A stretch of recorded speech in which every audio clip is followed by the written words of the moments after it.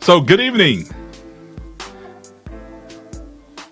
and welcome to The Situation. And I'm your host this evening. I'm Joel Ford. And I'm pretty excited tonight to have a good friend of mine and a gentleman that I've known for quite some time. You recently won an award, Charlatan of the Year. I did. So let me say congratulations to you on that. Thank you. For those who may not know you, but this is Robert Dawkins that we have in the studio this evening. And so let me publicly say this to you, and I've never said this. I want to thank you for your service to this community and to this state. I also want to thank you for the lessons that you taught me, and we're going to talk about some of those tonight. Sure. I also want to say thank you for making me uncomfortable at times and challenging me and pushing me as an elected official. Well, thank you, Joe. And so I know sometimes as elected officials, it can be uncomfortable, but I think that that's what you do best in a professional way that tries to grow and develop the community. And so I wasn't surprised when you got the Charlatan of the Year award. And so we're going to get into that a little bit. Okay. But for the audience that follows and listens to The Situation with me, for those people who don't know you, I need you to tell people who exactly is Robert Dawkins? Where did you come from? And what are you doing now? And what did you do, in your opinion, that would be worthy or recognizable for being Charlatan of the Year? So, ladies and gentlemen, please welcome to the show, Robert Dawkins. Well, thank you for having me, Joel. And again, it's been good. Over the years, we've always been able to have dialogue. And if we didn't agree, the one thing that I always could say is that when it came to our people and our issues, even though you may come about it from a different perspective, I've always known that your heart was there and in it to try to do betterment for our community and not just for people wanting to say, well, Joel's just trying to do. I know where your heart's always been, and I've always liked the fact that you've been open to talk to us, that people would say we're super progressive. And you've taught us some things sometimes that maybe some of a moderate streak is what we need to get things done. So I appreciate you too. But my name's Robert Dawkins. I'm the political director for Action NC.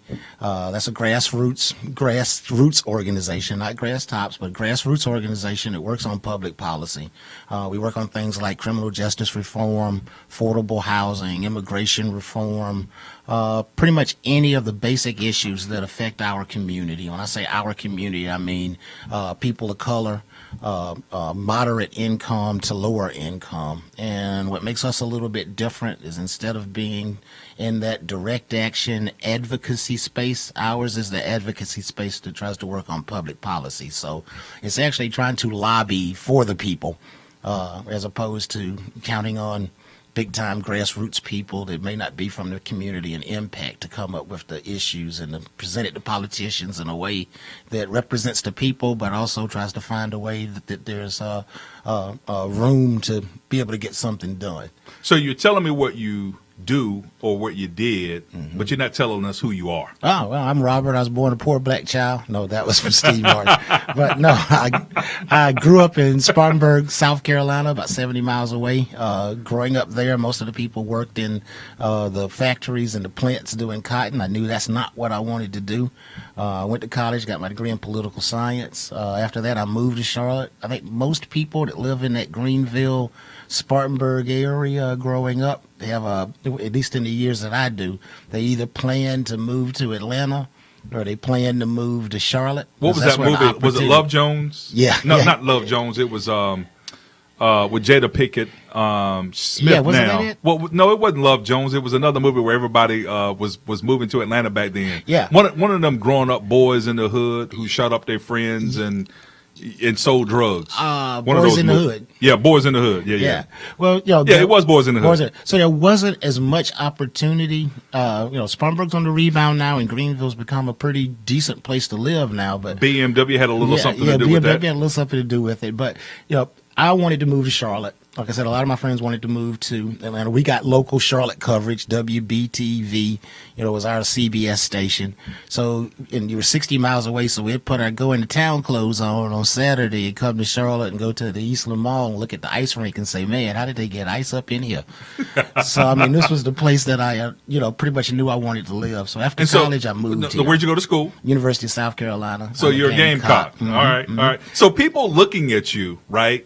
listening to you would not know that you went to the University of South Carolina. And so I just wanted to make sure that that gets out and that you get your just credit and due. Didn't you go and get some postgraduate work? Yep, I went and got my graduate certificate in nonprofit management from UNC Charlotte.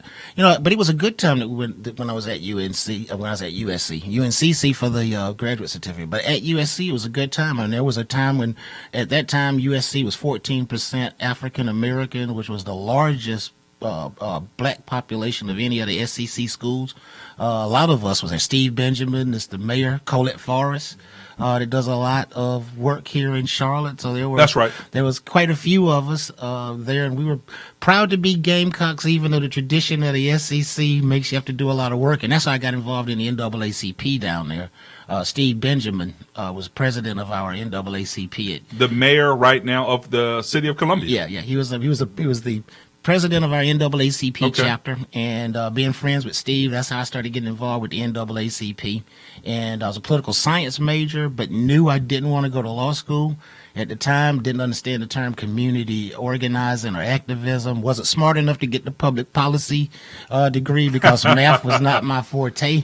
But I was lucky enough after coming to Charlotte, working for a while in the hospitality industry, to land a job with Acorn. And that's when I first met you. Now, you didn't get in any trouble with Acorn, did you? No, I didn't, luckily. I just sometimes didn't get a check. That's a different story. But that's where I started meeting people. Malachi Green, Patrick Cannon. The late Malachi Green. Yes, definitely. Former city council member Malachi Green. Yep. And there was who had his office in the Bojangles. His office in the Bojangles. On Beatty's Road. So, I had the desire to do public policy work, and I was lucky enough to run into people at that time that were like Patrick Cannon, like Susan Burgess, like Malachi Green, that gave an open door policy because we were knocking the doors and talking to people, not the grass tops people, but the grassroots people. Sorry, so you're getting into the show. So explain because this is one of the things that you taught me, and I give you credit for, because I didn't distinguish or know the difference between grassroots and grass tops. What's the difference? So grassroots are the organizations that are working actually in the community and not representing the community or advocating for the community, but helping organize those people. So knocking on the doors, getting the people together, finding out what their issues are that are important, and trying to figure a way to build power for those people themselves.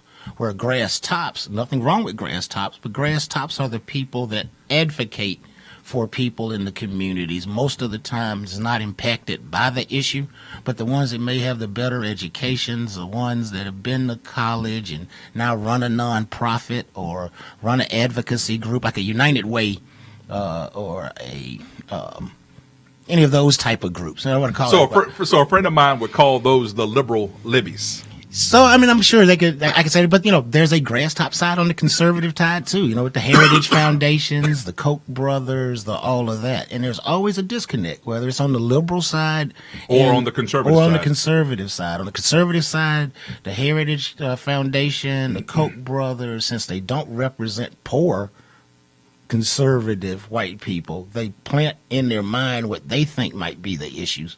But at all of the times, it may not be what's best for them. Right. And it's the same thing on the liberal side. Grass tops people, and there's nothing wrong, but they're educated.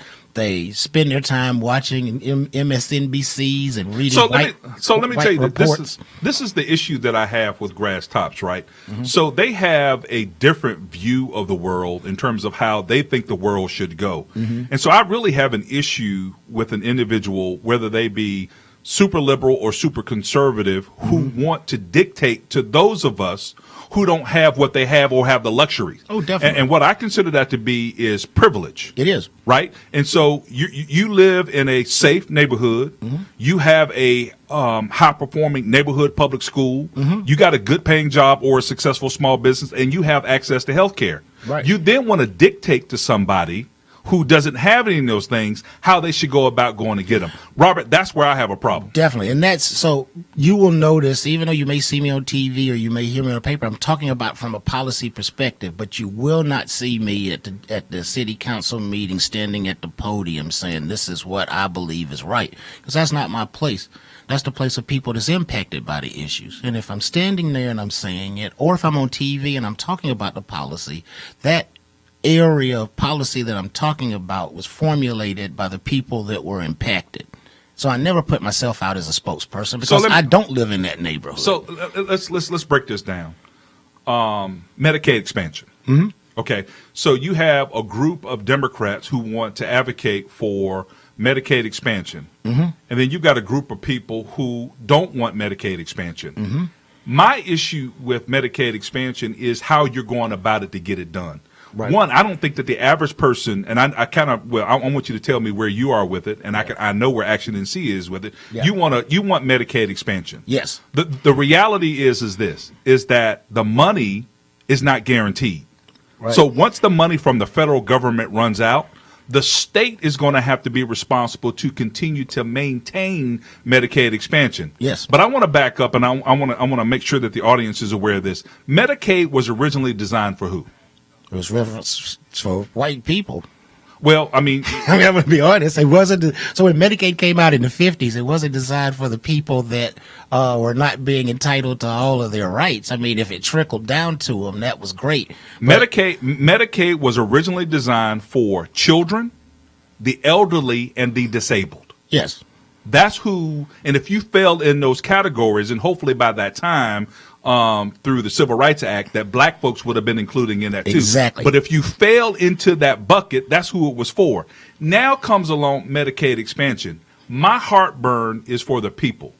We are setting people up for failure when we put them on yet another government program, depending upon the whims or the ebbs and flows, should I say, of the economy, depending upon the ebbs and flows of who the politicians are, whether or not Medicaid expansion is going to continue to be is in existence. So I have a hard time fighting for Medicaid or any expanded government program that is not going to be consistent, when rather in reality, if we fight for affordability, because let me say this to you, we can fight for expansion all day long, but if healthcare continues to on this trajectory of increase, Yeah. it's still not affordable. Yes. So I think it's got to be two-pronged. One, we've got to control the cost. But two, I mean, a lot of the things that you talk about in political science theory, people call the free rider theory. That people are saying that if, when you come up with this, it needs to be for a certain group of people, and you need to have tight control so that there aren't free riders. There aren't people that, one, are taking advantage of the system, or two, to get so accustomed and accounted to the system that they don't try to do more. So do you have a problem with a work requirement? I don't have a problem with a work requirement per se. I have a problem with a work requirement when the requirements weren't designed with thinking about the externalities that it may cause the community. So to give you an example, you remember under Clinton when they had the work requirements in Michigan, and the only way that people could get the work requirements, since there was no jobs, was that they had to figure out how they were going to bus people out of Detroit. We got a different economy now. Yeah. That was a nice little try. Yeah. But in this economy, I think we are in a different situation, Robert, where we really should not look sadly or in a negative light on a work requirement. Let me be clear. When you are able-bodied, I'm talking about able-bodied men and women. Yes. I don't have a problem with a work requirement. And let me say this to you. I don't think that the average North Carolinian or the average American does. But for some But you see my point. I don't have a problem with the work requirement if the work requirement doesn't have these externalities. And that was the example that I gave you there. So say that we got these few hundred, 1,000 people here in Mecklenburg County that have to have a work requirement, but the people that will be requiring Medicaid are the least among us, probably not the ones that with the high-tech jobs or the qualify for the $17 to $18 to $20 a year hour jobs, but they're making the the $10 an hour jobs. Well, there's a lack of those. And unless you've also spent the money to get our transportation system better to where you can get to those jobs, there's hindrances and externalities to it. So I don't fault the work requirement. It was just like the drug test part that came out. You remember when they wanted to drug test you to find out if you could receive benefits. But at the same time, nobody in the legislature would take a drug test and they get benefits. I would have taken one. I know, but you're one of the few that would, because I've seen plenty of them smoke with some of them. Only here at The Situation. Yeah. And so I'm Joel Ford, and welcome to The Situation.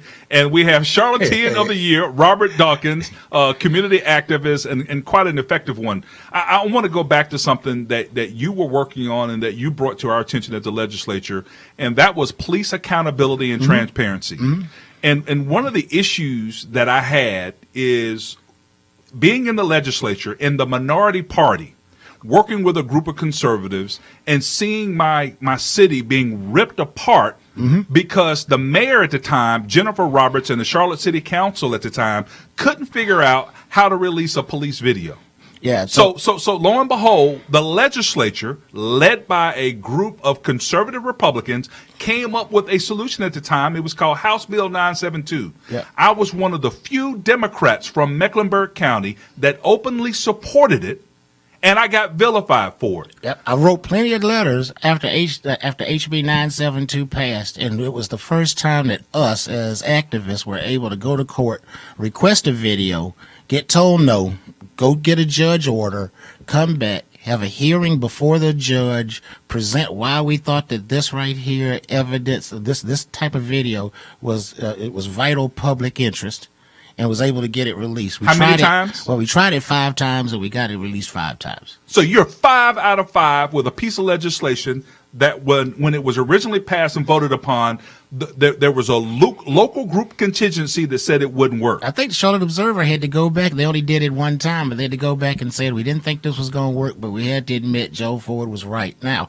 I would like for the videos to always be 100% just available to the public, but we haven't got to that point yet. But what it did do before then, even with Chief Putney, who I have respect for, you ask for the video. And that's just like with Jonathan Farrell trial. We asked for the video. It's up to the chief. Chief says no. After he says no, it's done.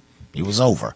The 972 gave us the ability. But I want to give you the proper credit for pushing us to find a pathway to get a video release. The reality is this: when you're passing and working on legislation, you really don't know the full impact or what's going to happen. But in this instance, it worked. It did. It worked. So all I'm saying to you is, and for those people who are listening, working in a bipartisan manner for common sense policy, when a community needs transparency and accountability in law enforcement, I don't know how to play political games when people's lives and livelihoods are at stake. Well, first, I think people also got to understand that we are living, not just now, but the whole time I've lived in North Carolina, in highly polarized political environment.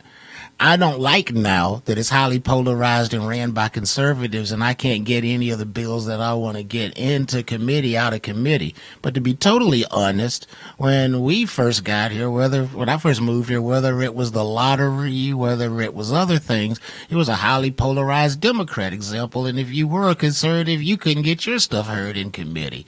We've got to figure out how we cut through that, how we can get both sides sitting at a table. Even though I know that there's going to be racism, there's going to be urban ruralism, there's going to be all of that. But people to sit down and at least talk and figure out how we can come to some compromise, because the people that are suffering when we keep having these legislatures that don't move are the people that elected them to go there. So even though you described our legislature the way that it is, you were still yet to be able to be successful. And so I don't want that to go. Oh, yeah. The Democrats had the General Assembly for 100 years, and black people was getting shot by police every time, and they wasn't giving up no video either. And so long comes Joel Ford. Long comes a conservative legislature that finds a solution. And all I'm saying to you is, and I'm going to get off this point, good policy doesn't have a political affiliation. It doesn't. And we also have to realize that good policy doesn't solve all of the issues either, because after you pass it, the implementation is also super important. And what I've seen also from our legislature on plenty of issues is even though you will go and you will fight hard and get something done, the implementation is left to the bureaucrats. At least in the legislature, you have more control over the bureaucrats than we do on the local level.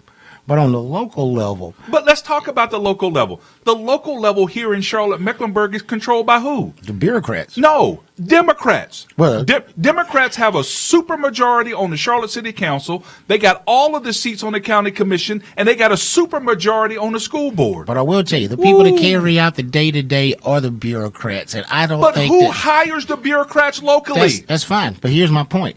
After they hire them, and after they pass whatever they pass, and they say this is our directive, the bureaucrats decide we're going to take that and interpret it and do however we want to do because you're not going to check on us. That's how we had That's why we elect people to those positions so they can do the checking up on, sir. I think we need to fix that because when you look up and every year I've been still waiting on some police accountability, but every 2 years people came back and wanted some more money for parks. They wanted money for parks every year. I give them a bond for a park. 2 years later they come back and they want another bond for some parks. So they get all this money for parks, and then finally somebody says, "Where are we, Mr. Manager? Where are we on the parks?" Oh, let me check. Oh, we 90 million over budget. So we say, okay, maybe we need to check on transportation right now. I'm wondering what's going on with the bridge over Independence, which I checked on that, and the girders was wrong. We're gonna have to reorder all them girders. So let me say this to you. Why don't we ever hear about any accountability on that? When I say accountability, in the real world, when you make a $100 million, $10 million mistake, you lose your job. Well, yeah. If you go back and look at local politics, what's her name at the time? Or county or city council, she lost her job over the arena, but Pat McCrory lasted. Oh, you're talking about Lynn Wheeler. Lynn Wheeler. Yeah. Lynn Wheeler got punished. She lost her job. Pat McCrory said, "I'm going to put it to the people. If you want an arena, vote for it." The people saying, "We don't want an arena." He said, "We're going to build it anyway." So it goes on both sides of the fence. It's when are we going to ever take the jerseys off and sit and try to find? So, Joel, I myself believe that public schools still need to be funded to the most ability that they can ever be funded, because that's what we need for our kids. And so if I'm talking to you, you brought up points that I still have to as an activist for people in the community, I had to grapple with. If every few generations we keep talking about the schools failing black kids, and so I've been here since '96, and people said, if we do, I forgot what the program was then. We're going to buy kids little Sony Walkmans, and we're going to give them some little. What was the name of that program? I forgot what program it was. But we're going to do all of this. So don't take your kids out of these schools. We're going to work and we're going to fix it. So this would have been folks older than me. So let's say now they're a great grandmother. Right. Well, somebody told you in the '90s that they was going to fix the schools for your grandkids, for your kids. Well, they still didn't fix it if you was at West Charlotte, West Meck, or Garinger. Or Garinger. So then they told their parents, we're going to fix it. So their kids, and it still didn't get fixed. So now that lady's a great-grandmother with 4 generations of kids, and it still hasn't gotten fixed. As much as I'm going to still fight for all of the money to stay in public schools, sooner or later, if things don't get fixed, I'm going to have to draw the line and say, well, I need to use my money on charter schools. That's somewhere I don't want to go, but it's dog sure getting close. So let me say this to you. I am all for helping support and fund public schools with transparency and accountability. And right now in Charlotte Mecklenburg schools, we don't have either one of those. Shoot, do we have a superintendent? Oh, yeah, we got a brother now.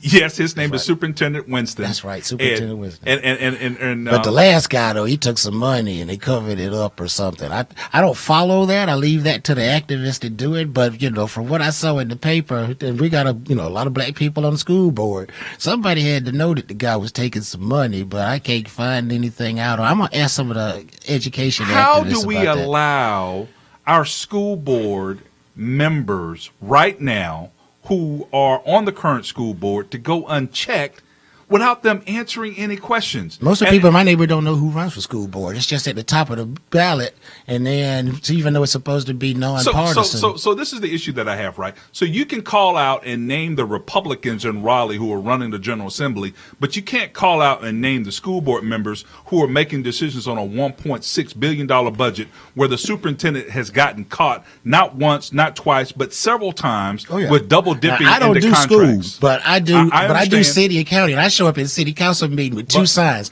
one of a dog and one of a pony, and I hold them up in the meeting and I tell them this is a dog and pony show.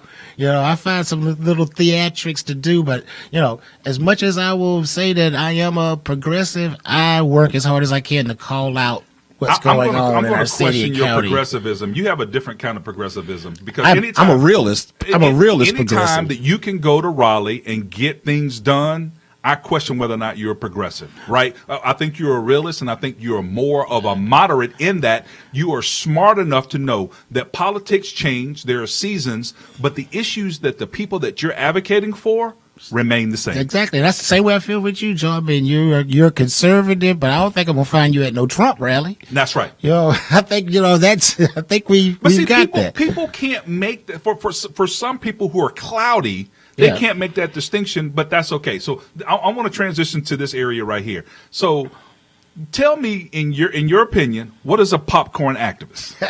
So you see plenty of those. Those are the people that will spend more time trying to organize just online to fire people up, but don't want to put any work behind it. So it's great to talk about all day that I'm a education activist, but if you're not going to come and do no work at the school, if you're not going to volunteer to go and pick some kids up and take them to see something that's not normally in their area today, you're just talking about it, then you're a popcorn activist. You sit on the couch and you eat your popcorn, and that's how you do your activism. You say, that stuff show is bad. Let me tweet about it.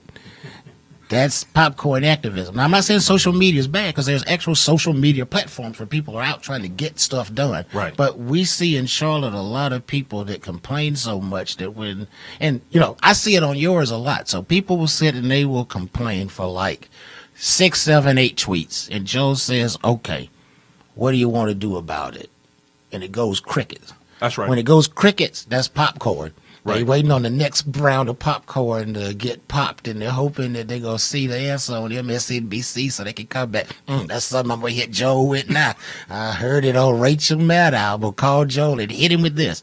And then you'll hit him back because you thought it out. Right. It wasn't just you were listening to some talking points. And I get that a lot from the conservative side, too. Right. I get it to where they saw Fox, and they've got these talking points. Talking points before was President Obama was from Africa. You could have had his birth certificate. You could have had his pictures, first grade. He was from Africa. You ain't going to convince him that he isn't. And it's the same thing with people that listen to just spend all of their time on MSNBC. People now can't seem to do critical thinking. So what they want to is they want to pick a jersey, and then they want to sit there and they want people to feed them everything that they need to know. And if it's a conservative and they come to me, I'm going to go deep, and they're going to get confused and they're going to go away. When it's a popcorn liberal, they come to you and this is what they heard, and you say, okay, well, blah, blah, blah. They go away because there was no critical thinking in it. They didn't have an opinion. They were just espousing some points that they heard while they was eating their popcorn watching MSNBC or Fox. That's exactly correct. So, look, I don't want to disappoint the people, so we got some things that we want to talk about. Yeah. I want to talk about the census. Yes. I want to talk about the housing issue. Yes. And I also want to talk about the homicides. So, yes. Why is the census important? So, let's look at North Carolina. Last time, we noted there was an undercount here in North Carolina. There was? There was an undercount. I would say that the undercount was probably somewhere around 70, 80,000. We were 20,000 people short of getting another congressional district. That's how close we were. This year, this census... So what contributed, in your opinion, to the undercount? Apathy. Apathy is the largest thing. And now here's our bigger issue. Last year was still the old-fashioned census where people came to your door and asked you to vote. Right. Well, the census can't keep doing that because, one, it's harder to catch people canvassing. So this is the first of the new censuses where the majority of the census is going to be done online. And that's going to lead to hopefully not being as bad as I'm anticipating, but I'm anticipating these first 2 censuses over the next 20 years, as people getting adjusted to it being online, is going to be another issue with apathy. So people are not going to be knocking doors this year? So what happens is you're going to get a letter come to your mailbox. It's going to say, hey, census is open. Time to fill out the census. Here's where you go and fill it out. You can either fill it out online, you can pick up the phone and make a call, or you can fill it out the paper and send it in. But the impetus is on you, not somebody coming knocking on your door like they used to. Wow. After a certain amount of time's passed and you haven't sent, you're going to get a follow-up. After another round of follow-up, then they're going to go back to the old canvas and they're going to come and knock your door. Okay. So there's always going to be that fail-safe. But the problem is, while we're trying to get people used to doing things now automated, I think that this could come out that when they finally do go and knock the door, if there's this giant undercount, it's going to be really hard to try to find people at the last minute. So what we're trying to do is make people understand the importance of getting that out of your mailbox, going and filling out the census. And whether you're a Democrat or a Republican, North Carolina last election should have picked up a congressional district. So I'm the average Joe listening to the show, sitting on my couch, eating my popcorn, watching the show. Why should I either, when I check my mail, when I look at that information, why should I not just throw it in the trash can? What is the importance of being counted? Yes. What's the benefit to me and my family? Yes. Besides for we knowing our population is big enough for us to be picking up congressional seats. So don't talk to me about congressional seats, because right now politics is not working for me. God, so let's talk about this. Our roads ain't working for us. Our transportation system ain't working for us. Our water quarter isn't working for us. And one of the main reasons we're talking about Medicaid expansion instead of the government just paying for it is because the federal government's putting more of the pressure on the state. Well, if they knew there was more people here, then the legislature would have less of an issue getting money. So when it comes down, and as a legislature, you raise your money through taxes, but a lot of the money that you get devolves from the federal government. And the way that the federal government devolves that money is based on the size of your population of your state and the size and population of the areas that you live in, not just the state, but for the county. So when you're looking at money for federal roads, they are going to give the money to the people that have the largest area. So it's bigger than just Democrat or Republican. It's millions of dollars, $16 billion worth of money. So let's say we're fighting for housing, and everybody approved the Housing Trust Fund. Set aside $50 million so we go build these extra projects. Well, you know how much money y'all at the state have to approve from LIHTC? Those low income housing tax credits. Right. Yeah, well, when we don't show as many people, you get less money. So now the state's back trying to figure out how they go build. So the count helps determine the allocation of resources to your local area. Same reason Mary and Joseph had Jesus on the road going to go do that census. Folks have been counting this thing ever since the beginning of time. So, folks, you need to be counted because, as Robert just said, it's not about being a Democrat or a Republican. It is more about the allocations of resources coming from your federal government. And so if we are not properly counted, then we don't get those extra resources that we need for our transportation infrastructure, for our housing, for our water quality, and one of the biggest ones I remember y'all were talking about and fighting over in the legislature was how North Carolina was going to get enough money from the federal government to fix the bridges. And they haven't gotten in any better shape. No, they haven't. Actually, they've gotten worse because there is an actual list that the North Carolina Department of Transportation keeps, and they categorize our bridges based upon the severity of those bridges in terms of the quality of those bridges. And we've got some bridges in the state of North Carolina that are, truth be told, they are borderline whether or not we should be driving across them. And that's federal money. And you'll also notice, like in North Carolina and South Carolina, as the money gets allocated, which is going to come from the census. You ever notice when you're driving through parts of the state and they started and then they stop and it's just sitting there and the equipment's sitting there? Like when I go back home to Spartanburg, I drive down 85. You leave through Gastonia, and when you get to Gaffney, you have all of that construction to go into Spartanburg, and it's just been sitting there because the money that they allocated for the state of South Carolina, that's gone. So they're waiting for the next year to allocate more. But if the population count had been better, if the population count would have been higher, I don't know if it would still been working all them days, but it would have been working longer. So, all right, so now we talked about the census and why it's important to be counted. Number 2 on our list is the Charlotte housing. So the city of Charlotte citizens, we passed a bond, $50 million. So talk to us about what the city of Charlotte did with the $50 million.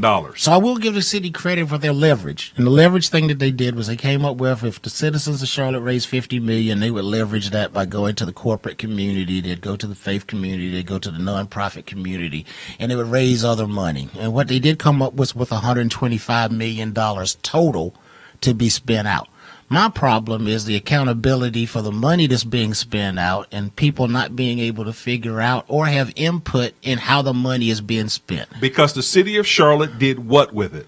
Well, I've been trying to figure out. No, honestly, no. They transferred the money to a nonprofit Yes. So that Lisk does not have a history of building and managing affordable housing. So Lisk is the organization that they put in charge of overseeing the money. Now they have to. Now, as a taxpayer, I didn't vote to approve that. No. At the whole time that this came up, we didn't know that was going to be the way either when we were supporting it. That right there I didn't like. That's not transparency. I will say on that, Lisk makes the suggestion and council still has to raise their hand to vote on their suggestions. But based on council who's on the Lisk board? So they have 3 boards. This is the other part that's confusing. So you got one board that's made up with people that have the real money experience on how money gets spent. Those banker type people. That's one group. Then you've got an overall Lisk board. And then the last piece, which still, to my knowledge, hasn't completely been formed, is the community oversight piece. And that's supposed to be people from the community that get to sit in the meetings and get to raise their hand and say that stuff that we believe should be going on. So let me say this to you. I'm a former chair of the Charlotte Housing Authority for about 3.5 years, and I had a total of about 4 or 5 years on the board. You should be on the community oversight committee, and again, community advisory. So at least you wouldn't have a vote, but you would at least be one of the people that said, "I'm looking over before you do this purchase. This is our opinion." But I appreciate you trying to help me with that, but I'm good. So this is the issue that I have. Is that you have the Charlotte Housing Authority and you already have the Charlotte Housing Partnership. The woman that's over Lisk, the woman that's running Lisk was the vice president of the Charlotte Housing Partnership. That's who Lisk appointed here to be their local president. So why do we need another housing organization? We didn't. It was the biggest problem that we had, and immediately we came and said, this is not what we thought we lived up to, that we voted for. Lisk, as you said, they've had experience doing the supplemental work, building strong neighborhoods, that kind of work, but have never been in charge of running being in charge of spending the city's housing trust fund money. So this has been well documented by the Charlotte Observer, and that is the majority of the housing trust fund money that was spent thus far had been spent on market rate housing. And it was spent even before Lisk was set up to have a say. So here was the other thing. So they said Lisk was going to be the people that set it up. So you remember Lisk got here in January. They didn't get up and functioning as far as even having an office and stuff in May. In June, the city voted on a whole bunch of the 4% LIHTC projects. Lisk didn't even have a say in that. Not the community didn't have a say. Lisk didn't have a say. So that was strange. Before that, they had to turn the housing projects in for the state that were the 9% deals. They did that in January. Lisk hadn't even had the office set. So there's still that. They say Lisk is running it, but Lisk didn't even give input on the first $18 million spent out of the. Well, I'm getting on live right now, and I'm being told that all the boards have been formed. The issue is who's on these boards, and then where are the minutes? Where's the transparency? Where's the accountability? And don't forget, we were promised that the community was going to have input. It didn't say that there was going to be a Lisk board that was going to have input. It said that the community was going to have input. All of this shaked itself out after the vote. Remember, our Fred Kelly wrote an article, and Fred and I are cool, but we were like, Fred, this is way too early to do this. Fred pretty much laid all of this out in November based on Charlotte's history before, that when you support this bond, This is more than likely what's going to happen. And I'll tell you, Fred could change his name to Dionne Warwick, because it turned out to be 100% what he put in that article, that you're not going to get the oversight that you think you're going to get. You approved $50 million, but they didn't tell us at the beginning when we approved the $50 million, you had already committed $18 million of it. You voted on hoping you was going to get the bond passed. Would have been in some bad shape if the bond hadn't passed, because they had already committed $18 million of it without the money to cover it. So we didn't even start out with 50. We started out with 32. So people are always asking, why should I vote? Why is politics important?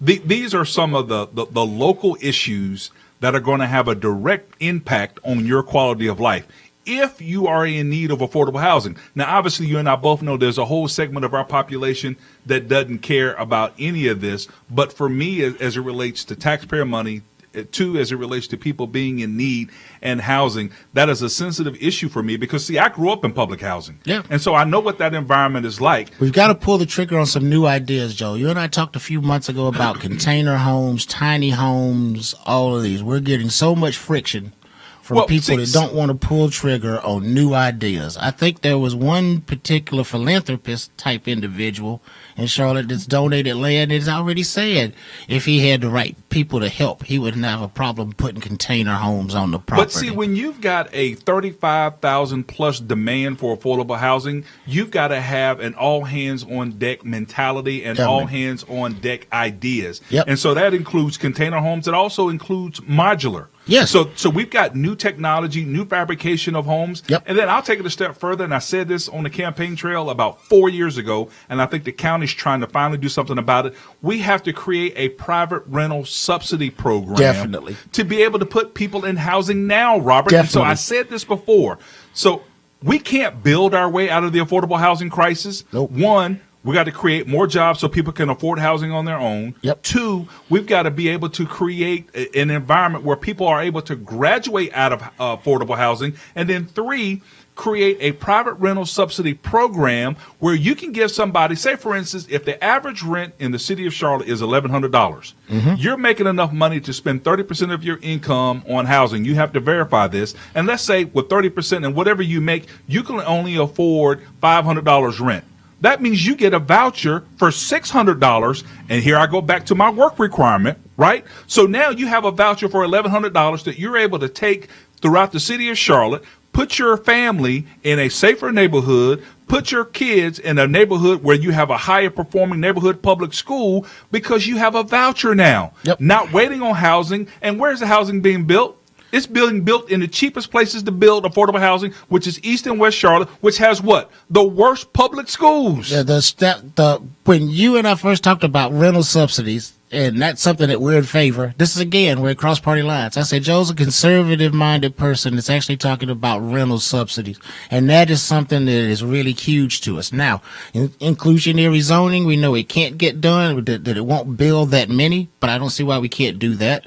I don't see why we can't help people that have money build community land trust. I mean, there's so many different ideas that we have to do thinking out of the box, or we're going to be in this situation for a longer period of time. But still, back to LISC. I'm glad that people are calling in telling you the LISC board has been formed. Tell me what the LISC board has done, because it's going to be November and they're going to ask for another $50 million, and I still haven't had accountability for the money that's gone out. Say that again? Oh, when we get back around the next November, we're going to be talking about the city asking for a new housing trust fund allocation. All right, so I need all of my listeners and those of us who were on the front lines dealing, because you remember last time the nonprofit elites came to the community and asking for a tax increase for the arts, and it failed. Yeah. And I called it here on this show. I had Matthew Ridenhour here. So here's another thing where we'll say we'll cross party lines. So again, I am a bleeding heart liberal, but when folks told me that we were gonna fund art in perpetuity, but we wouldn't go fund housing in perpetuity, I said, man, you got to be kidding me. And the community said no. Because if you living in my neighborhood, I like art, but I can't put no art stencil up on the side of the street. I gotta have a house to live in. You gotta have a wall. You gotta have a wall to put it on. Yeah, because if not, I'll just paint the wall small, but I got to have some house somewhere for my people to live. And that was the most ridiculous thing. But we need accountability, Joe. And it goes back, like I said before, whether it's Democrats in charge or Republicans in charge, we need oversight and accountability. When you have a parks project that goes $70 million over budget, you just found out that the convention center's over budget. And you got the what's the county's got the stadium, Memorial Stadium's over budget. Everything's over budget. And then you say, I want some money for rental subsidies. They say, how we gonna make that happen? Stop going over budget. So, and this is what the average person, and then when people are selling this stuff, they don't tell you. The money's not free. No, right. Nothing so that's there's free. so there's a debt service on those bonds that we pass that taxpayers are going to be obligated for. Yeah. So it's going to be interesting to see how that comes around. So next here's November. the other thing. When does it also start affecting this AAA bond rating? So right now you can keep covering it. You can say we took out $70 million, $30 million worth of bonds and we're $70 million over on the parks. But don't worry, we're going to make it up. Well, the money you made up could have helped folks in my community. But sooner or later you're going to fail to make it up. And Charlotte always talks about that AAA bond rating. We're going to lose it. And I'm trying to find a place that I can't say in Charlotte that when it came to the bureaucrat and oversight level, we haven't had a problem in the past few years. We've had brain-eating amoebas. We've had streptococcus breakout at Hardee's. Parks, they ain't had the money for the parks. They cut the money to transportation. I mean, every time that I look up what I hear, whether it's the county, the city, the school, is we've learned from it. Ron Rivera said he learned from it. He said he learned from it 3-4 times. I love Ron, but they fired him. They sure did. Who never gets fired in Charlotte is the bureaucrats. If you are a bureaucrat in Charlotte, you can say I'm sorry as many times as you outlive a politician. And I'm going to tell you, not only do you outlive the politicians, but Charlotte-Mecklenburg schools, I have to put up there with the worst. They can do all these experiments on our kids, and they still can't read by third grade. We still have over 42 failing public schools in Charlotte-Mecklenburg, and they still keep their jobs, they still keep their pensions, and they still keep their retirement plans and live happily ever after. Meanwhile, because they try to get some art. Once you give them some art, they're going to learn to read from the art. So, that's Chef Noble. Yeah. Chef Noble, a friend of yours. Yeah, I always like Chef Noble. Chef Noble opened up a restaurant on the west side. Yep. On Freedom Drive called Noble Smoke. Yep. And so one of the interesting things, Robert, that I found about the article, I think his name is Greg LaCour. Greg's a good guy. I'm not questioning whether or not he's a good guy, but when I read the article, my interpretation of it was, here you have this gentleman who was a supporter of HB2. You're this high-powered, effective activist, and I'm saying that out of my experience and out of reality. You are an effective activist because you're able to get things done. You are going to hold a meeting with me to do an interview for you as we name you Charlatan of the Year. You're going to hold it at Mobile Snokes. Here's a guy who's a supporter of HB2. Meanwhile, we got a local council member who has vowed never to step foot in there because of his support and stance on HB2. How dare you come here and have this meeting? And your response was what I think is embodiment of who you are. You see these men and women working in here, you see these men and women behind these counters, most of these people have a record. Mm-hmm. And see, Robert, the average person, and see, this is the disconnect for people like Greg. Has Greg ever been hungry? Has Greg ever been incarcerated? Has Greg ever had a record where, based upon your record, you can't get access to affordable housing? You can't go out and get a regular job because we still have this thing called the box that you have to check, and most people will not hire you. Here's a man here who came to the west side in a building that was closed, who got the resources, renovated it, and is putting out a quality product and hiring people who look like me and you. And let me finish. Yeah. And so he has his own personal convictions. He has his own faith. And whether or not you agree with it or not, his heart is in the right place for a group of people who otherwise may not have gotten the opportunity. And so let's be clear. Well, it's in the service section of the job. They're working in the restaurant. they are able to learn a skill, Yes. and guess what? That skill is transferable. Yes. That skill is transferable to other restaurants, and or if they're able to open up their own business and go into business based upon the skill set and the learnings that they got from this man. Yeah, Chef Noble's training people to be pit masters. He's training people to be chefs. He's training people to do that. I support the work that Chef Noble does. Now, do I support person's right to choose which bathroom they use? Yes. Do I know what Greg's personal history was? No. What I knew was that somebody wanted to do an interview with me, and they said pick a place, and I said I like Chef Noble because I like his barbecue, and I know plenty of the people that used to work for me knocking doors on my Voter Reg crew. And I know plenty of people that stayed at the homeless shelter that have gone and gotten jobs and learned a trade through him. And I appreciate what he does. Now, does that mean that I agree with everything that he does? No. But the man doesn't have a problem with me when it comes to helping me on my issues. You know, it's the same thing. Like, I wish when I went into Balo and I could tell you that the person waiting on me wasn't racist. I don't know if he's racist. I came to get my food from the Balo. As long as he isn't doing anything to impact people's life in a negative way, then and he's staying within the law, then I don't have a reason to dislike him. That don't mean I got to go fishing with the guy. But I think that he serves a purpose. I think that LaWanna is totally right on her ability to say that she won't support him because of his belief. You know, I got plenty of pastors that might not like Robert because on Sunday I'm going to drink Jack Daniels. I'm going to drink it from the time I get up in the morning to the time I pass out after I watch the football game. If they don't want to do business with Robert because I drink Jack Daniels and smoke marijuana, that's on them. I'm still going to do what I can do to help the community. If they don't want to deal with me, there's no skin off my back because I'm going to drink Jack Daniels. I'm going to smoke marijuana, and every pastor might not like it. So do you like Jack Daniels Select? Well, my favorite's Gentleman.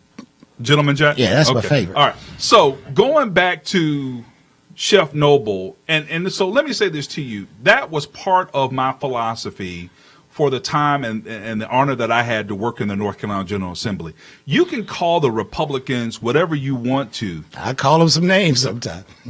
But the issue for me is that I was elected to represent a constituency. Yep. And my point with Greg's mentality, there are a lot of people in our city who have the privilege of not going to his restaurant because they don't either have to like his food or don't need a skill set that he's trying to teach. Yep. But in Raleigh, I represented a group of people on the west side of the city of Charlotte. We had in Senate District 38, we had the most failing, underperforming schools. Mm-hmm. We had the most crime, the highest unemployment, underemployment. But yet you want me to go to Raleigh and not work with a group of Republicans because they're Republicans to solve problems? Yeah, I mean, people in District Robert, 38 would still come back and say, Joel, I love you for your ideology, but I still need a job. And you told me when you went you was going to bring back some jobs. Now, again, we can give you an example of LaWanna, and LaWanna didn't win re-election, but I can tell you that LaWanna did in her district all the time, where she fought to make sure that people got jobs at that airport. So a person that may not like LaWanna will say, what did she do? And I have to point out, LaWanna bust her butt on getting the airport. I remember when you helped open up, what was the center? You don't get much credit for that. What was this? What was the name of the center? What's the housing? Renaissance West. Renaissance West. So I remember in the days when Renaissance West, so folks would come back again on the other side of the fence. Well, Joe talks about this. What did he build? I said he built Renaissance West. And they said, well, I didn't know that. Well, before you go castigate the person and y'all caught up on ideology, think and look at the person and try to see what he did before you go and cast stones. The one thing that I can say is very few people brought back anything in the district. And you brought back, not maybe a lot, but you brought back stuff. And there was a list. You put out of things that you brought back. Most people didn't bring back anything because you can't bring nothing back if you're outside the door yelling, screaming, and hollering.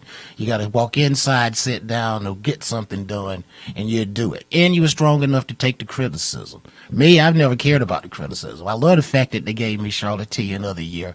But before I was Charlottean of the Year, I was a Charlottean. And before I worked in politics, I was waiting tables at the Western. And people get tired of it and tired of me. I'll go back and wait them tables because I made a about the same amount of money. And so the way you feel about it, when people get tired of you, you'll go back to Waiting waiting them tables tables. over at the Westin. Same way with me in politics. I have not missed a beat. My family has not missed a meal. And I tell people all the time, you didn't break me. You making me. My wife and my daughter have me now full time. I'm able to grow a new industry. I have my own insurance agency. Yep. Robert, let me be real honest with you, bro. I would not have had an insurance agency if I was still in Raleigh. So people say that God works in mysterious ways. I am a blessed man to this day. And I really feel for the people of District 38 because they have representation right now without being able to have representation. Well, I'm gonna always say that, and I will So let me always say go this back to to you. that. They're currently being taxed, but they're not being represented as it relates to their needs. And I'm going to give you an example. So the Arts Foundation here needed $25 million. The state of North Carolina has a $25 billion budget with a $630 million surplus. How much money is the Mecklenburg delegation bringing back home? Well, I mean, but- Zero. Now, I can say now, again, I think the strategy needs to move on how can we find ways to bring something back. But you also got to be honest, too, though, Joel, is that nothing gets out of committee. The Republicans, and again, I said Democrats did this before when the Democrats was in charge, but this polarization of politics that I'm mad about this, so this bill's not even going to see the light of day, has got to change. Robert, you can't sit across from the aisle from someone and all you do is point fingers and call them names and then expect them to be able to work with you in a committee meeting. Well, shoot, white people have been doing that to black folks for 150 years, and we're the ones that's supposed to always come back and be the ones. Again, I'm not going to go down that track, but yeah, because you're going down a rabbit hole. But I'm Because going let me down a say rabbit- this but- to you. But let me say this to you: Democrats, when I was there, were in the minority. yeah, I can say I got the state nothing. So the state of North Carolina gives them a supermajority and said, "Well, they got it through gerrymandering." I want to say this to you about redistricting. Well, you and know, I was one of gerrymandering. the law people on the lawsuit, so you know I was one of the original people on the gerrymandering. But let me say lawsuit. this to you. I want to remind this audience who's listening, anytime you want to talk about gerrymandering in the state of North Carolina, Republicans beat Democrats in the districts that they drew in 2010. Yes, that was very bad turnout. That right there, that bad turnout right there led to 10 years worth of progressive woes. Was that one election right there? That was 10 years worth of progressive Who woes. told for people to turnout. stay at home? People should have spent more time telling people to get out. So look, before we go any further, this is a map. Yeah. This is a crime map. Yep. And so the city of Charlotte is at an all-time high with our homicides. And so this is a crime map of all the different criminal activities. And if you'll notice, this is LaSalle and Beattisford Road. Okay. So, Robert, I get my hair cut. This is Catherine Simmons. You get your haircut at Anderton's? No, not Anderton's. Across the street. You know where Nikki's is? Yep.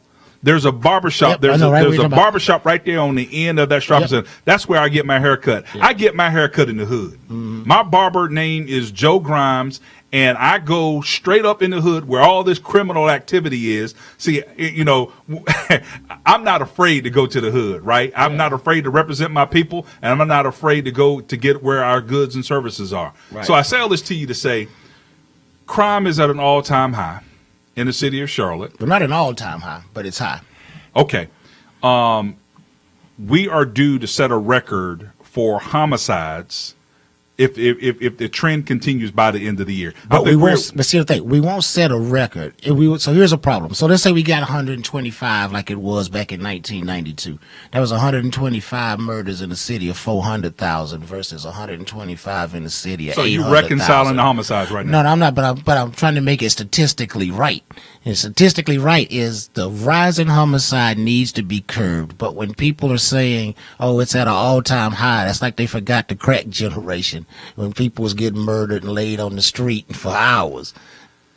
So it's not an all-time high. Yeah. People are dying at an alarming rate. Definitely. Homicides in our city Yes. is an issue. Yes. Law enforcement is an issue as it relates to, we are down, I think, over 250 law enforcement officers. Yes. And every chance that they get, they're retiring. Yes. Being a police officer, a local police officer in our urban areas, including in the city of Charlotte, is a very challenging job in today's environment. It is. And so, from your viewpoint, what can be done to help curb the violence? Because let me say this to you, not all those are homicides. You see, Right. there's robbery going on out here. Yep. And one of the hottest spots that we have going on right now is the epicenter. Yes. The epicenter. And that's changing after Republican National Convention. That's going to office space. Really? Yeah, they've said that that's moving on. So yeah, after the Republican National Convention, it's the restaurants will stay, all the nightclubs and stuff are going, and those buildings are being turned into office space. So it's going to curb that one. You know you can't shoot. I did not hear that. You know you can't shoot a white PhD in the middle of the epicenter and not think the city gonna say, nah, it's time to change it. When it was black folks getting shot coming out of the epicenter, that's one thing. But they shot a white PhD in broad daylight. Oh, things gotta change. That made the city jump. So yeah, they've already announced at the end of and the only reason it's not before is because we got 1 year CIAA. And we guaranteed the RNC use of space, but after that, yeah, they're converting it. They're using different excuses for why, but the underlying factor is it's been. So let me ask you this, and I'm gonna go ahead and put it out there. If we had stop and frisk, would that doctor still be alive? I doubt if the doctor would still be alive because these were people that came out of a building just walking down the street. Stop and frisk usually targeted people that were in a car or were exhibiting something that they could say I needed to. So who shot the doctor? What was it? Not someone who was hanging around, and if the officer had a suspicion that this was somebody that he could have stopped and frisked, he could have pulled that gun off of that individual. So yeah, I'll never go for reasonable suspicion. That's never been anything. I need for an officer to give me some articulable reason. That's why we fought to have the law change from reasonable suspicion to an articulable reason. I'm just asking the question. Yeah. If the city of Charlotte had stop and frisk, would that doctor be alive? I'm saying to you here on the show this evening, I'm saying I think there'd been a high probability he'd still be alive. And I'd say I doubt it because you had to pick the right brother to stop and frisk. Because while they were searching the one that they stopped over there, because he didn't have on the hang down blue jeans, they would have stopped Robert because my jeans. And while he's busy dealing me, they shot the police was there. I know when the guy shot him. So you got to pick the right person. So I don't know if that. Now, for solutions, the police can't fix this. The same way we can't build our way out of housing, the police can't fix this. We have a violence epidemic going, and instead of it being treated through a police lens, it needs to be treated through an epidemiological lens. This is a public health problem the same way that smoking was a public health problem, the same way that cancer is a public health problem. So until we get serious. So don't tell me you're going to take my gun away. Well, if you have a reason for me to take your gun, because I got a gun. If you got a reason for me to take your, you got a reason for. Just want to make sure that we're on the same page here. Oh yeah, I want to be clear in your articulation of where these solutions are going. No, so a public health lens is we've got to look at the data the same way that we looked at the data and figured out that we have a problem with cancer and how do we reduce cancer rates. Instead of people just always saying, you know what we need to work on 18 to 35-year-old black men, and this is what they need. They need jobs. Well, that might not be what the cause is. We need the actual data on what's causing the problems. And when I say data, I mean through an epidemiological lens, not another one of these studies. If Ebola broke out in Charlotte right now. You mean you're not talking about another study? No, the city of Charlotte is spending $50 million yes, to do a study on what? Anything. They do those every day. No, I'm talking about on light rail. Yes. So we're not talking about that. I'm just saying we're not talking about money those. on the study. Yeah, we're talking about collecting data in a epidemiological setting. So if Ebola broke out in Charlotte right now tomorrow, within the week, they would tell you why there was Ebola, where was ground zero for Ebola, what are the risk factors and determinants to slow down Ebola, who are the people most likely to be contagious with Ebola, and come up with a track record to exterminate the Ebola virus. So you mean to tell me that study would help us prevent us from being Chicago? No, I'm telling you, no. I'm saying that we need a public health, not a study. A public health approach means you show up at this spot right here at number 2. The moment that this person goes to the hospital, when he gets to the hospital, there's trained people at the hospital. Where did he get shot? Where's the information on who shot him? they're immediately in the neighborhood finding out what was the risk factors, what was the reason. Just like if in Ebola, they go into ground zero, where did they get shot? Every door is getting knocked in the neighborhood. When is the last time they saw? Who is his friends? Because we're going to see his friends next to do conflict control. Because as soon as the guy gets out, we know that on most of these there was an incident, and when they get out and go home, there's going to be another violent incident. So one crew's going to be working to cut down and make sure that that doesn't happen. The other person's going to be offering the services to the person that he needs in jail. I mean, on his way to the jail. Robert, that sounds very expensive. It's sure the hell it is more expensive. It's all the money we lose. So let me say this to you. I got a D ranking is saying no, stop and frisk would not have prevented that doctor from being shot. So you got people supporting you. Yeah. But I needed to put the question out there because Mike Bloomberg is running for president of the United States now, and he is known for stop and frisk. And what I'm saying to you is that when you Bloomberg gave us $1 million for this crime stuff. He sure did. Yeah. But I'm saying to you, when you look at this crime statistic map, and this is just a segment of the city of Charlotte, we've got to find some reasonable solutions. Epidemiological is the way to go. 100%. That is the way. Just having somebody have conflict resolution, or cops and barbers, or paying barber, or letting preachers have cookouts in their backyard and screaming at the top of their lungs, stop the violence, ain't gonna stop it. Let me say this to you. This is the map that I showed you, Beatty'sford Road and LaSalle in the city of Charlotte. Mm-hmm. You've got a group of peacekeepers out there. That's all that they do is conflict resolution. This is one of the hottest corners in the city of Charlotte. Yeah, and the peacekeepers are not trained in an epidemiological manner to do peacekeeping. It's the same thing as you saying that somebody that got elected to city council is a legislature. It's two separate things. I understand. They go out and they say, I want y'all to be at peace. It's very nice that people are doing peacekeeping work. I need violence interruption work. I need people to be on the neighborhood. Are the peacekeepers out at 2:00 in the morning? Are they out? They're not out at 2:00 in the morning. So what epidemiological thing would say is the murders in this neighborhood happen between 11 o'clock and 3 o'clock, and somebody needs to be in the neighborhood at 11 o'clock to 3 o'clock. And like I told you before, I'm gonna say it again. That sounds expensive. So I got somebody online right now, Annette Caesar Albright. She says, Robert, have you talked to these brothers in the streets? Conflict resolution? These young dudes are not trying to hear that. Yeah, I got that. And we're not talking again. We're talking about people's impression of conflict resolution being what they got from their church and what they got from their pastor.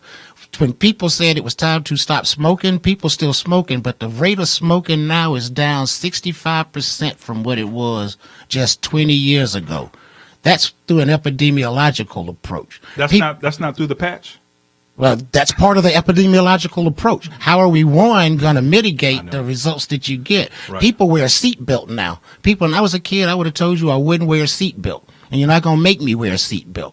But we passed a law to require you to wear that seatbelt. Yes. And so right now we have laws on the books that will allow individuals to not only they can do open carry and they can do concealed carry. Yes, but let's go back to this. This part that I want to come. The only way that I can guarantee you that the conflict resolution is going to be successful is if it's done by people that just didn't go and take 3 weeks class in conflict resolution, but were trained in conflict resolution dealing with people from this cohort.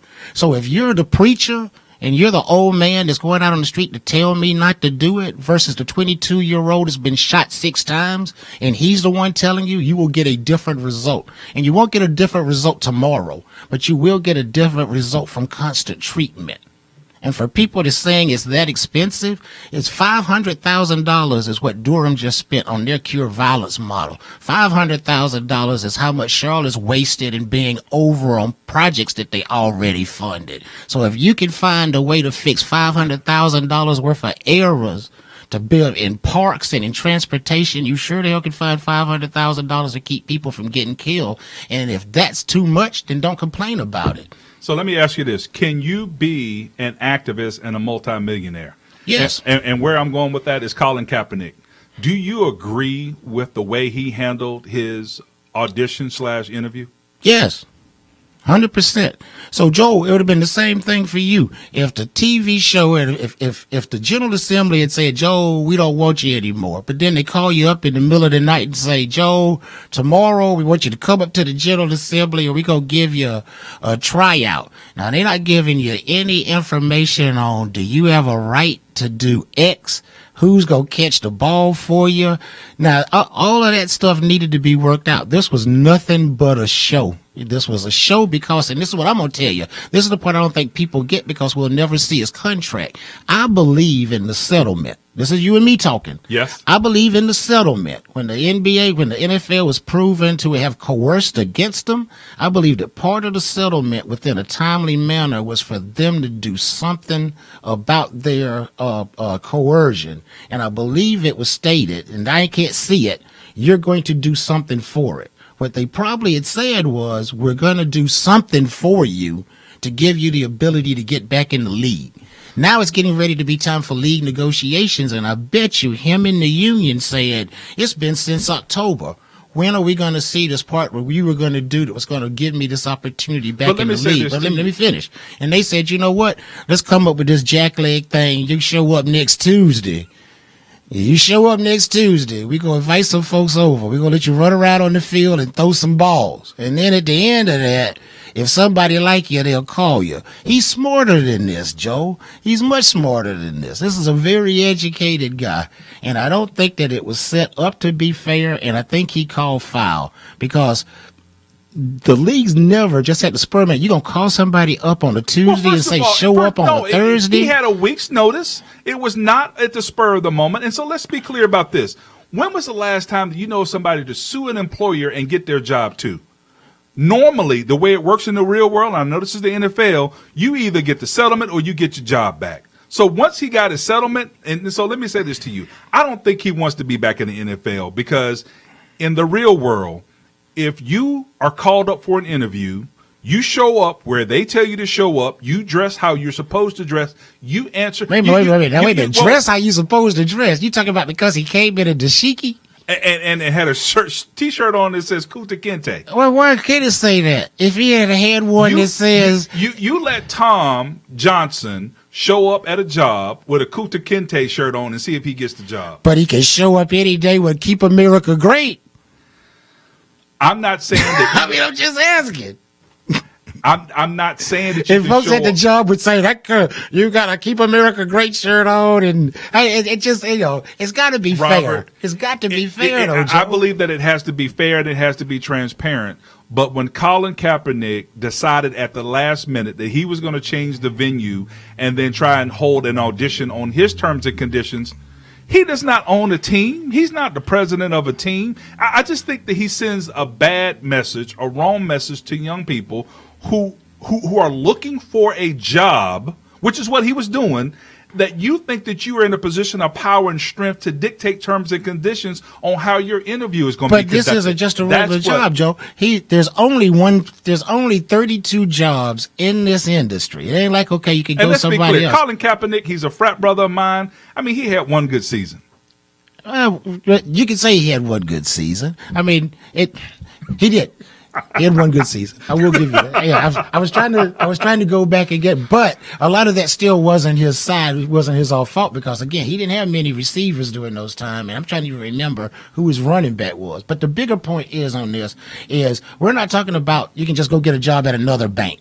The NFL is those 32 teams only, and they've been proven in court and had to admit that they coerced and stopped him from that. So, and they paid a settlement for that. Yes, and now if you're going to want me to come back, I'm still not going to come back with the yes, sir, massa. I sure is glad you's giving me the opportunity to come back. Atlanta? Sure, yeah, I'll go and meet you in Atlanta. It wasn't going to go that way, though, Joe. He gets benefit from this, too. Because all of us that were mad about it are mad about the way that it was handled. And if the NFL was trying to do this to ingratiate itself with people, it looks like something that was thrown together at the last minute. So what does the rest of the year look like you, and what can we look forward to from you in 2020 and Action NC? Census work's going to be heavy. We're going to be out knocking doors. We're going to be asking churches to open up their churches for people to come in that may not have internet access to be able to fill out their census. We're going to be deciding pretty soon by the middle of the summer to be time for elections on housing again. We'll be deciding if we're going to support or not support the Housing Trust Fund. And if we can't see where there was any accountability, the same way we knocked 30,000 doors for the bond, we can knock 60,000 doors and tell people not to vote for the bond. And if you think you can shoot down an art bond, you sure the hell can shoot down a housing bond. That's going to be major on our list. So is that a threat? Well, if we can't get any accountability, it's a promise. We're also going to be working on with the city on homicide reduction and pushing this epidemiological model. So we think that's what we need to do because it's got to be scientifically proven. So we're going to be spending a lot of time on that. We just can't keep saying that if we throw some money to some churches and some groups to have some art shows, and in the middle of the art show they yell out, "Stop the violence," that's going to be the cure. We've got to find some real documented cases to work on cutting down on violence. And, stuff comes up. If you asked me at the beginning of last year what all was going to be on the list, it all changes, and the legislature is going to be an issue. Maybe that's something that I need to ask because, short session is usually just budget and get out. Well, I'm assuming this year it's going to be more contentious. Right, we don't have a budget, and so it'll be interesting to see. It's going to be interesting how short the short session actually is, and I'm going to say to you, if they don't come to some type of budget agreement, I'm going to say to you it's going to be short, and they're going to fight it out in the election in November.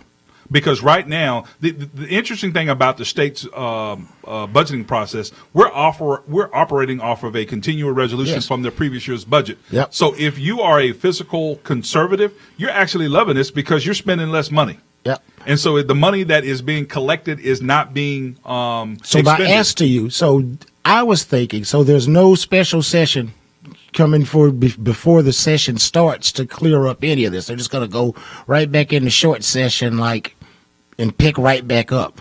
Well, right now, from my understanding, they didn't. What was a term that we used? Adjourn, son, and die. They did not adjourn. They did not. Right. Right. So technically, they're still in session. Right. That's what I'm saying. They're not going to clear anything up. They're just going to gavel out the last session and gavel in the new session. But I thought you couldn't close the old session out until you've reached budget. And so that's my understanding too. Yeah. So it'll be interesting procedurally to see how that happens.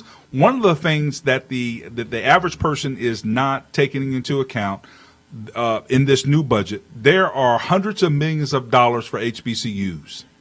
And my alma mater, North Carolina A&T, there are research dollars right now that North Carolina A&T, because we are a doctoral research university within the UNC system, they historically have never been funded for the status in which they earn that research status has ever been funded. This current General Assembly has provided funds for that, but because there is a budget stalemate, the universities all across our system are not getting those monies which they are due. And so there are other instances where that is happening right now because of this budget stalemate. And so Raise the Age, which we did not talk about, got passed. Yes. There's funding in there for Raise the Age to make sure that we are no longer charging juveniles as adults. I got to take a shout out to my Democratic colleagues. They want to run around the city and the state patting themselves on the back for raising the age, and not one of them voted for it, but I did. But I got, but I'm the one who gets punished for it. Raising the age is another good thing that we're no longer going to be charging juveniles as adults for nonviolent offenses. That is a good thing that was done in this General Assembly. So, and again, when we argue, and you know this, when we argue and the things that we argue about usually account for like 10% of what y'all do in the legislature. 90% of it is stuff that both sides actually sit down and they did some good work on. So every session, the majority of it is good work. But boy, that last 10% can be some major stuff. And Medicaid expansion, in my opinion, Joe, we got to get that done. We've got to figure out. I do understand where you're coming from. Like I said, I don't talk bad about people's opinion, and I think you got the best at heart. But I do know that there are people that are struggling, and one of the main reasons that this budget's held up is over Medicaid expansion. Well, let me say this to you. I want to be clear for those people as we get ready to close out this show, because I could talk to you all night, and we're not going to do that. Yeah. But if you qualify for Medicaid right now in the state of North Carolina, you got health care. Yeah, there's a donut, though, Joe. There's a donut. There is a donut, Robert, but let me say this to you. We have to reconcile that donut hole and figure out how do we sustain those folks that we bring on Medicaid expansion. And so the average person is not concerned about that, but as a taxpayer, I think you need to be physically responsible for about how you spend money. But as long as we continue to have these surpluses, right? So that they're lowering the taxes for individuals in the state. I believe that we could give more money for our education and teachers. One of the things, Robert, that I'd like to see is greater transparency and accountability. I want to see that too. So I don't mind paying teachers more, but let's see some type of an improvement in the quality of education that's being expended. I also tell my friend D. Rankin, when you sit back, I think I held my own, D, and he didn't kill me, but I'm glad you're there just in case I had to run out. So Life has demanded that. I used to leave it on all day, but my phone number is cell phone, 704-957-3105. That's the one thing. If you're going to work for the people, you got to be willing to give out your cell phone number. So you can always call me directly, 704-957-3105. You can reach me at robert@actionnc.org. I know I got the southern accent, so that's Action NC, like North Carolina, actionnc.org. And you can visit us at actionnc.org, our website. So look, let me thank you for coming on tonight. I know you're busy and you could be doing other things, but you too. You took my call and yeah. you came out, and I think that we had a very productive, yet challenging and sometimes even contentious conversation, but I believe it was productive. Oh, yeah. I still have a tremendous amount of respect for you about the way you go about doing your job in any environment, whether you have a supermajority of Democrats on the local level or whether you have a supermajority of Republicans on the state level. I admire the way that you get things done, and that will never change. Is my admiration and my respect for who you are and what you do and the way that you do it. Appreciate you so much as always, Joe. All right. Take care. Thank you very much for listening to The Situation. I'm Joel Ford. This is Robert Dawkins with Action NC, Charlatan of the Year. Thank you. God bless. Good night. Always fun.